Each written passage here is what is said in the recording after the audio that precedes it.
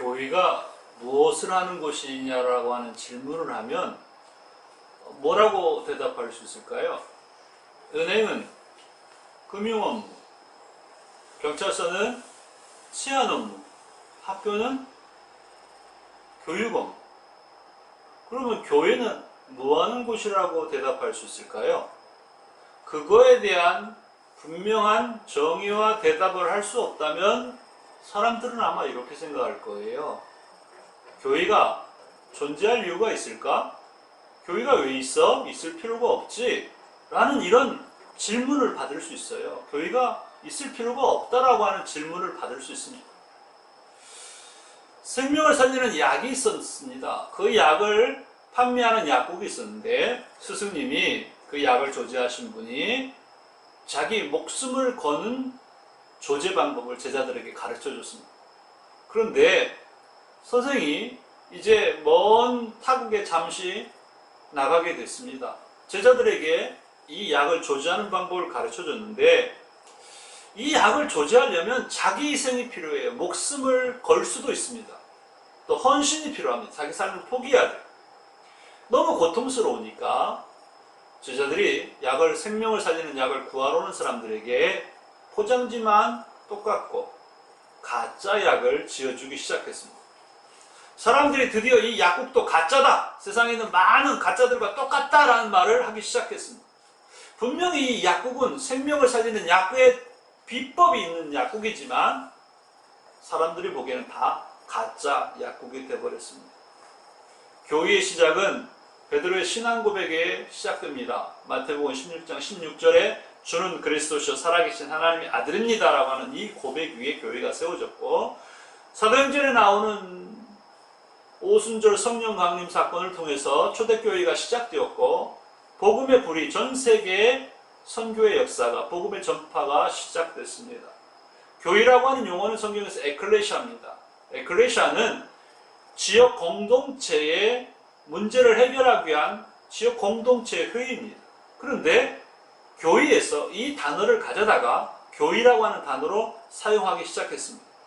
현대어에서 나오는 처치라고 하는 말과 독일어의 키르셔라고 하는 교회라고 하는 단어들은 그 어원이 헬라어에서 왔는데, 그건 뭐냐면 주에게 속한 것, 주님에게 속한 것이라고 하는 단어의 의미를 가지고 있습니다. 초대교회 성도들이 모여서 지역의 공동체를 이루었던 이유는 당시 에클레시아 성격과는 좀 다릅니다.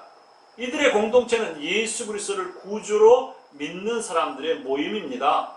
이들의 모임은 예수 그리스도는 우리 죄를 위하여 십자가에 죽고 3일 만에 부활하였음을 믿는 사람들, 예수 이름으로 모인 공동체가 교회입니다. 교회는 눈에 보이는 교회가 있고 보이지 않는 교회가 있습니다. 눈에 보이는 교회를 유형교회라고 합니다. 유형교회는 우리 지역에 있는 교회입니다. 교단과 교파, 또 여러 가지 모양으로 우리 주변에 존재합니다. 그런데 이 유형교회는 설립도 되지만 폐지되기도 합니다. 소아시아 지역에는 7개의 교회들을 보십시오.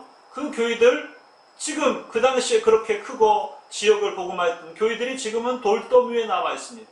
우리나라도 마찬가지입니다. 부흥에 불길을 붙였던 평양 장대현 교회가 어떻게 됐습니까? 지금은 없습니다. 지금은 존재하지 않아요. 우리가 다니고 있는 유형교회는 영원할 것 같지만 영원하지 않습니다. 그런데 놀라운 것은 전 세계의 모든 예수 그리스도를 구주로 믿는 사람들, 예수 그리스도 안에 모인 모든 공동체, 이 사람들이 바로 무형교회입니다. 전 세계의 인류가 예수 그리스도를 구주로 믿고 있는 믿음의 우주적 공동체, 이게 무형교회입니다. 예수 안에서 인종 국가를 뛰어넘어서 한 형제요, 한 자매요, 한 가족이 되는 것, 이게 바로 우주적 교회, 무형의 교회입니다. 그래서 하나님 나라의 무형의 교회가 설립되었고, 그리고 이 교회는 또 세상에 속해 있는 정말 신비로운 곳이 교회입니다. 교회는 국가에 의해서 설립된 것이 아닙니다. 교회는 성경에서 3가지 이미지를 말합니다. 첫 번째가 뭐냐면 하나님의 백성입니다.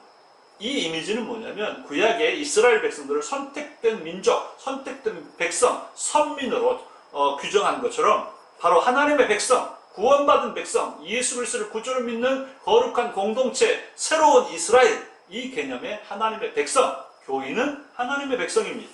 두 번째, 교인은 하나님의 나라입니다. 하나님의 나라는 뭐냐면 세상의 것이 아닙니다. 교회 공동체는 하나님의 것이지 세상의 것이 아니라는 거예요. 하나님의 통치에 의해서, 하나님의 다스리심에 의해서 이 땅의 알곡과 가라지가 계속해서 투쟁되어지고 싸워야 되고, 우리 주님이 오실 때 최종적인 모든 하나님 나라가 실현되어지는 교회는 하나님 나라. 세 번째, 교회는 예수 그리스도의 지배에 복종하는 공동체로서 그리스도의 몸입니다. 머리에 의해서 온몸이 지배를 받는 것처럼 예수 그리스도에서 지배에 복종하는 공동체, 그리스도의 몸을 말하고, 바로 교회는 바로 이렇게 하나님과 친밀한 교제에 의해서 존재하는 사실들을 드러내는 거룩한 주님의 몸입니다. 이게 바로 성경이 말하는 세 가지 이미지입니다. 교회는 이렇게 하나님의 신비, 하나님의 사랑과 하나님의 공의, 그리고 예수 그리스도를 보여주는 이 세상에 존재하는 참으로 놀라운 하나님의 신비의 공동체입니다. 교회가 가지고 있는 이 사명이 있습니다. 생명의 구원이지요. 교회는 이 세상에 속한 하나님 나라의 유일한 기관입니다. 그리고 이것이 사실이라는 걸 증명하고 선포하고 증명해야 되는 것이 교회입니다. 하나님을 만나는 것이고 예수님을 만나는 것입니다. 하나님의 사랑을 체험하는 것입니다. 세상에서 줄 수 없는 사랑과 위로와 능력을 체험하는 것이 바로 교회입니다. 교회는 자신의 실존에 눈 감아버리고 인간이 얼마나 허무한 존재인지, 시간의 한계 속에 갇혀있고 스스로 생명을 구원할 수 없는 존재라는 거 눈 감아버리고 죽어가는 사람들을 눈을 뜨게 해서 하나님을 알게 하고 하나님의 사랑을 깨닫고 인간의 구원을 이루어가는 것이 궁극적인 사명입니다.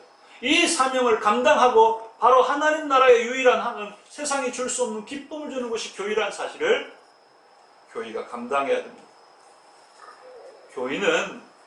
교회를 리드하는 목사의 역할들을 한번 생각해 보겠습니다.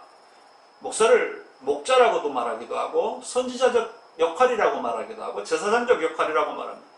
근데 우리는 분명히 알아야 됩니다. 목사는 선지자도 제사장도 목자도 아니고, 목사는 목사입니다. 70세에 은퇴하는 목사입니다. 목사는 예수 그리스도의 모범을 삶을 통해서 보여서 예수 그리스도의 그 신사랑을 세상에 몸소 드러내겠다고 하는 그 사명으로 부름받은 사람입니다. 얼마를 소유하고 얼마나 큰지 보이는 사람이 예수님 앞에 보여지는 것이 더 큰 것이 아니라, 예수님을 얼마나 닮았으며 그 사랑을 증거하고 있느냐, 이것을 가지고 목사의 소임을 다했느냐를 알 수 있습니다. 어설픈 말로 선지자적인 사명을 말하다가 하나님이 그것은 네 생각이지 내 생각이 아니야 라고 이런 책망을 들을 수 있습니다. 그걸 어떻게 알 수 있습니까? 보수적 입장과 진보적 입장에 있는 목사님들이 하시는 말씀 들으십시오. 다 하나님의 뜻이라고 말합니다. 선지자적인 사명이라고 말합니다. 오히려 우리는, 목회자들은 제사장적 역할에 충실해야 된다고 생각합니다. 그건 무슨 말이냐면, 예수님은 제사장으로서 인간의 죄를 짊어지고 하나님께 나갔고, 제사장은 사람들의 죄를 가지고 하나님께 나가는 사람인데, 우리가 바로 세상의 죄짐에 시달리는 사람들하고 함께 그 죄짐을 지고 하나님께 나가는 사람들이 되어야 되고, 그 고통을 끌어안고 하나님께 같이 나가는 사람들이 되어야 되는 사람들이 바로 제사장적인 사명을 감당하는 것이 더 좋은 일이라고, 그것이 올바른 길이라고 생각합니다. 하나님의 그 거룩한 길을 걷는 것은 외롭고 고달픈 길이지만 하나님과 함께하기 때문에 세상의 돈과 권력, 명예가 어찌할 수 없는 세상을 지배하고 통치하는 사람이 예수 그리스도의 종입니다. 세상이 감당할 수 없는 사람입니다. 교회는 예수 그리스도의 거룩한 공동체입니다. 그 안에 성도들 한 사람 한 사람들이 바로 한 사람의 교회입니다. 국가가 국민인 것처럼, 그러나 국민이 국가를 위해서 존재하는 것처럼 교회도 역시 마찬가지입니다. 교회는 성도들의 모든 주권, 또 교회 안에 있는 모든 백성들은, 목사, 장로, 모든 직분자들은 그 직임 이전에 하나님의 백성이요, 하나님의 자녀요, 성도란 사실을 잊으면 안 될 것입니다. 우리는 하나님의 주권, 모든 것이 하나님의 주인 되신 그 은혜로 살고 있음을 가슴 깊이 새기고 살아야 합니다. 또 나의 모든 행동과 결정이 세상에 의해서 결정된 것이 아니라 하나님 말씀, 하나님에 의해서 결정되고 살아가는 사람들이 바로 걸어다니는 교회, 저와 여러분이 바로 이 공동체 안에 있으면서 또 걸어다니는 교회가 되는 것입니다. 교회는 세상의 소망입니다. 보물은 보물이 아니라고 아무리 난리쳐도 보물입니다. 눈을 감아도 보물입니다. 인간의 생명과 삶을 구원하고 회복할 분은 오직 예수 그리스도입니다. 사람이 아닙니다. 사람은 똑같이 고난 가운데 죽을 인생들입니다.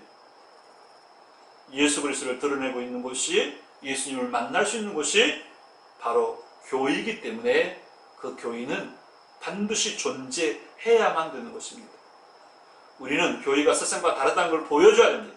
유한하고 자기 스스로 구원할 수 없는 인생들에게 하나님의 십자가의 사랑과 우리 주인이심을, 하나님의 구원의 계획을 통해서 이 땅에 오신 예수 그리스도를 전파하고 증거해야 됩니다.